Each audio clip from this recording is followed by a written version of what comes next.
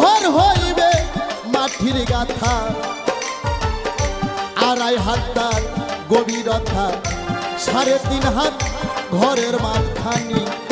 ঘরের নাই বিছানা, নাই রে বাতি, পাইবা না কই স্বামী।